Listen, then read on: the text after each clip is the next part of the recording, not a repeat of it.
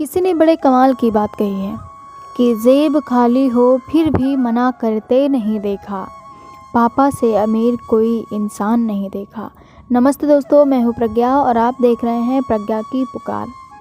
दोस्तों, मम्मी के ऊपर तो बहुत कुछ लिखा गया है, लेकिन पापा के ऊपर बहुत कम लोगों ने ही कुछ लिखा है। दोस्तों, आज हम आपको एक ऐसी स्टोरी सुनाऊंगी कि जो बाप बेटे से रिलेटेड है। एक बार की बात है, एक पिता को अपने बेटे से बड़ी उम्मीद थी, क्योंकि वो पिता अपने बेटे को हर ख्वाहिश पूरी करता था। उस बाप को अपने बेटे से ये उम्मीद थी कि वो एक बड़ा इंजीनियर बने। एक दिन लड़के ने अपने पिता से कहा कि पापा मुझे बाइक चाहिए। तो पिता ने कहा अभी नहीं, लेकिन मैं तुमको थोड़ी दिन बाद ज़रूर बाइक दिला दूंगा।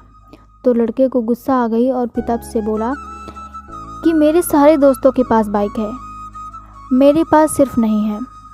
मैं घर छोड़ करके चला जाऊंगा और आप मेरी एक विश नहीं पूरी कर सकते। सिर्फ और सिर्फ एक ख्वाहिश है जो आप पूरी नहीं कर सकते। अब मैं यहाँ नहीं रह सकता, मैं जा रहा हूँ। यह कह करके वो अपने रूम में चला जाता है। थोड़ी देर बाद उसके पिता बाहर चले जाते हैं। फिर जब वह लड़का बाहर आता है, अपने रूम से निकलकर बाहर आता है, तो देखता है कि घर में कोई नहीं होता है और अचानक से उसकी नज़र एक मेज पर रखे पर्स पर पड़ी जो उसके पिता की थी। तो उसने उस वॉलेट को उठाया और बोला कि चलो आज इसे उड़ाता हूँ, बहुत माल छुपा करके रखा है। पापा का वो पर्स लेकर के जल्दी जल्दी अपने पिता के जूते पहनकर चला जाता है। थोड़ी देर बाद जब उसकी नज़र जूतों पर पड़ती है तो उसने जूते वहीं निकाल दिए और पैदल चलने लगा, नंगे पाँव ही चलने लगा। गुस्से में था, इस वजह से उसने जूते वहीं पर निकाल के फेंक दिए और नंगे पाँव चलने लगा। बस उसी फर्श के पैसे ही खर्च करने के बारे में सोच रहा था। उसके पैर में कांटा चुभने दो, खून बहने दो, कोई इफेक्ट पड़ने वाला ही नहीं था। उसके ऊपर कोई इफेक्ट नहीं पड़ रहा था, क्योंकि अब उसको पापा की वॉलेट मिल चुकी थी।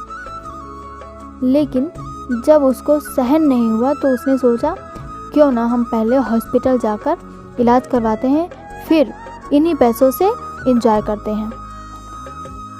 उसने सोचा क्यों ना हम पहले इस वॉलेट को चेक कर लें कि इसमें पैसा है भी या नहीं। वो जब वॉलेट खोलता है तो सिर्फ और सिर्फ उसमें एक 100 की नोट रखी थी। फिर अपने मन में बड़बड़ाना शुरू कर देता है और बोलता है मेरे पापा क्या एकदम से भिखारी ही हैं? सिर्फ उनके पॉकेट में, उनके वॉलेट में सिर्फ और सिर्फ एक 100 की नोट है, वो इतने भिखारी हैं। लेकिन फिर भी वो सोचता है देखता हूँ कि कैसे कागज़ हैं। पापा की वॉलेट तो पैसों से नहीं कागज़ों से भरी हुई है, मैं देखता तो हूँ ज़रा कौन से कागज़ हैं। वो उसमें से एक पर्ची निकालता है और वो एकदम से उस पर्ची को देख करके शॉक्ड हो जाता है, क्योंकि वो जो पर्ची थी उधारी की थी। 2 साल पहले उसने अपने दोस्त से लैपटॉप के लिए पैसे लिए थे अपने बेटे के लिए, वो अभी तक नहीं दे पाया था।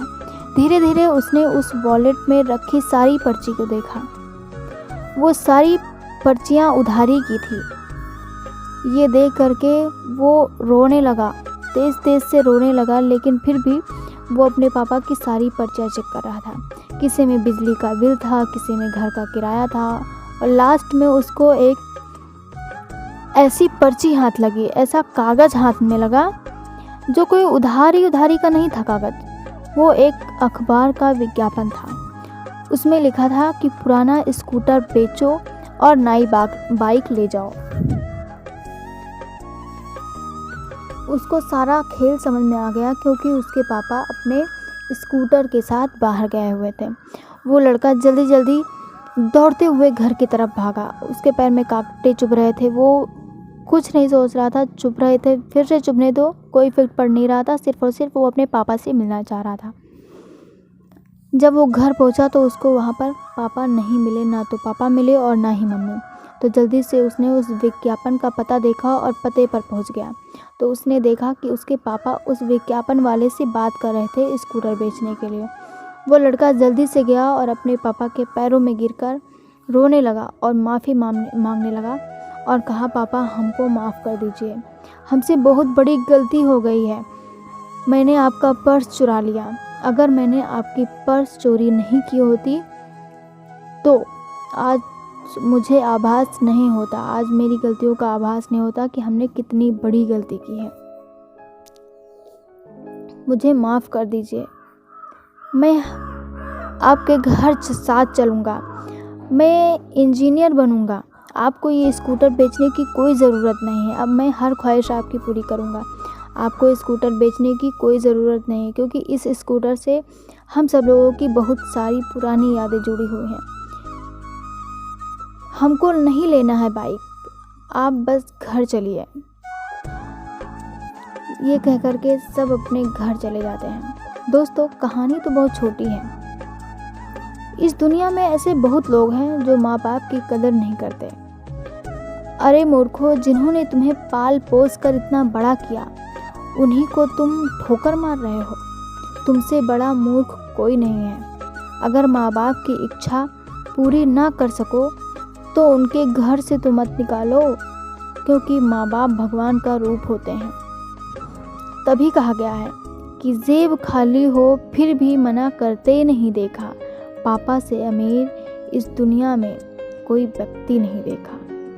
इसलिए हमेशा आपसे प्रज्ञा यही कहती है, कुछ ऐसा करो अपने दिमाग से जो दुनिया सीखना चाहे आपसे।